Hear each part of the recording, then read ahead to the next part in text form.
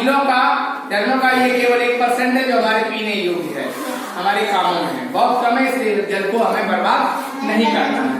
अब देखिए जल किस किस चीज से मिलकर बना है, जल का संगठन क्या है। जल का संगठन देखिए इसमें क्या होता है, अगर जल का हम विद्युत अपघटन करें, जल में अगर हम विद्युत प्रवाहित करें तो जो है कितना, ये विद्युत प्रवाहित करने पर ये दो भागों में बढ़ जाता है, यानी कि हम देखते हैं कि हाइड्रोजन और ऑक्सीजन दो गैसों में विभाजित हो जाता है। इसमें हाइड्रोजन और ऑक्सीजन, जल विद्युत अपघटन, हाइड्रोजन और ऑक्सीजन दो प्रकार की गैसें मिलती हैं। अब इसमें कैसे कैसे ये बनी है ये चीज देखिए। तो जल हाइड्रोजन तथा ऑक्सीजन दो तत्वों के संयोग से बना है। हाइड्रोजन, नाइट्रोजन, कार्बन ये सब तत्व होते हैं, हमने तत्व आपको बताए थे।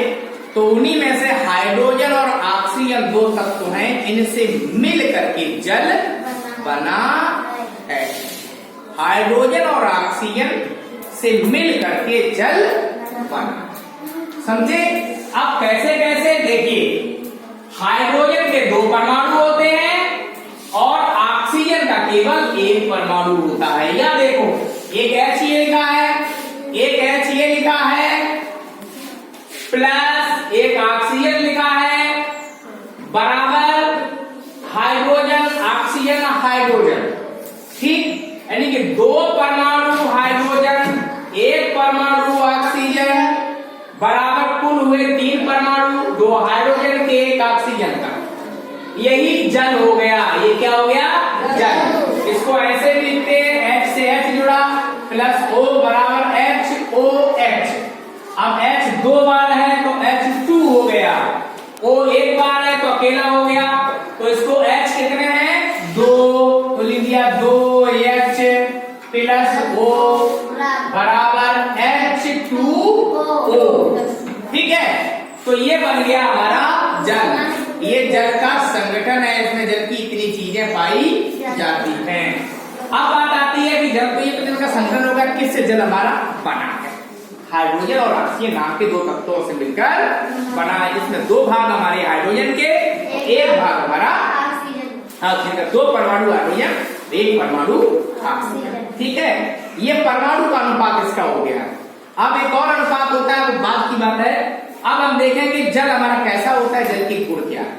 चलिए जल के गुण में के बारे में पहले जान लेते हैं। सबसे पहले भौतिक गुण, जो आप सब लोग जान सकते हैं। भौतिक गुण क्या है जल के। जल को पहली बात होती है देखने में कैसा, देखने में भौतिक गुण में सबसे पहले आप देखते ही हो, तो जल को देखो तो साफ जल है तो उसके आर पार देखा जा सकता है। आप बाल्टी में कोई चीज डाल दीजिए, सिक्का डाल दीजिए, दूर से दिखाई देगा आपको, दिखाई देगा। इसका मतलब जल के आर पार हम देख सकते हैं। तो जल कैसा द्रव हो गया, पारदर्शी द्रव हो गया ना, पारदर्शी। अच्छा ठीक है। और चीज देखने में, जब देखते हैं क्या जल का कोई रंग होता है, नहीं होता है। तो बिना रंग का मतलब बेरंग यानी कि रंगहीन, तो जल रंगहीन हो गया।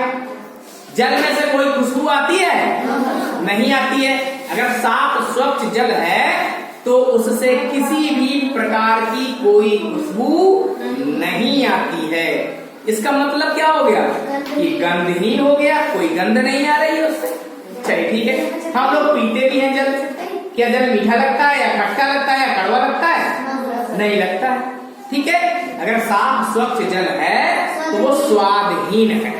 कैसा है, स्वादहीन है, ठीक है। रंगहीन हो गया, स्वादहीन हो गया, है ना, और गंधहीन हो गया, पारदर्शी हो गया। ये भौतिक गुण हो गए इसके। जल की और एक भौतिक अवस्था होती है, जल द्रव अवस्था में पाया जाता है और जल ठोस अवस्था में भी पाया जाता है। जल द्रव अवस्था में ही पाया जाता है और ठोस अवस्था में भी। भाई ठोस अवस्था कैसे, बर्फ को आपने देखा होगा, बर्फ जल की ठोस अवस्था है ना। बर्फ क्या है, जल की ठोस अवस्था है। अगर पिघला दो तो भाई उसकी द्रव अवस्था हो गई। बोतल में भी भर सकते हो और ऐसे ऐसे हाथ में उठा के बर्फ को ले जा सकते हो। तो ये दोनों आपके हो गई अवस्थाएं इसकी, द्रव और ठोस। और अगर गर्म किया जाए जल को तो जल वाष्प में वाष्प वाली गैस बनके उड़ता है। ठीक है, चलिए ये हो गई। अब बात आती है जल का घनत्व। जल का अधिकतम घनत्व 4 डिग्री सेंटीग्रेड पर होता है। 4 डिग्री सेंटीग्रेड पर जल का घनत्व अधिकतम होता है। ठीक है, अगर बर्फ जमा दी जाए ठोस अवस्था में जल का घनत्व कम हो जाता है। पिघला दिया है द्रव में तो बर्फ से थोड़ा ज्यादा हो जाता है। बात समझे? तो ये हमने जल का आपको इतना बताया। और अगर ठोस अवस्था में बदला जाता है, बर्फ को जमाया जाता है, तो तापमान को इतना गिरा दो कि 0 डिग्री सेंटीग्रेड हो जाए। 0 डिग्री सेंटीग्रेड पर बर्फ जमती है। और अगर उबलने रख दो तो 100 डिग्री सेंटीग्रेड पर ये उबलने लगता है। तो जो जमना होता है वो हिमांक होता है, उबलना होता है वो क्वथनांक होता है। क्या होता है? क्वथनांक। तो जल का क्वथनांक 100 डिग्री सेंटीग्रेड, जल का हिमांक 0 डिग्री सेंटीग्रेड। अब इसके बाद हम आपको इसके रासायनिक गुणों के बारे में बताएंगे।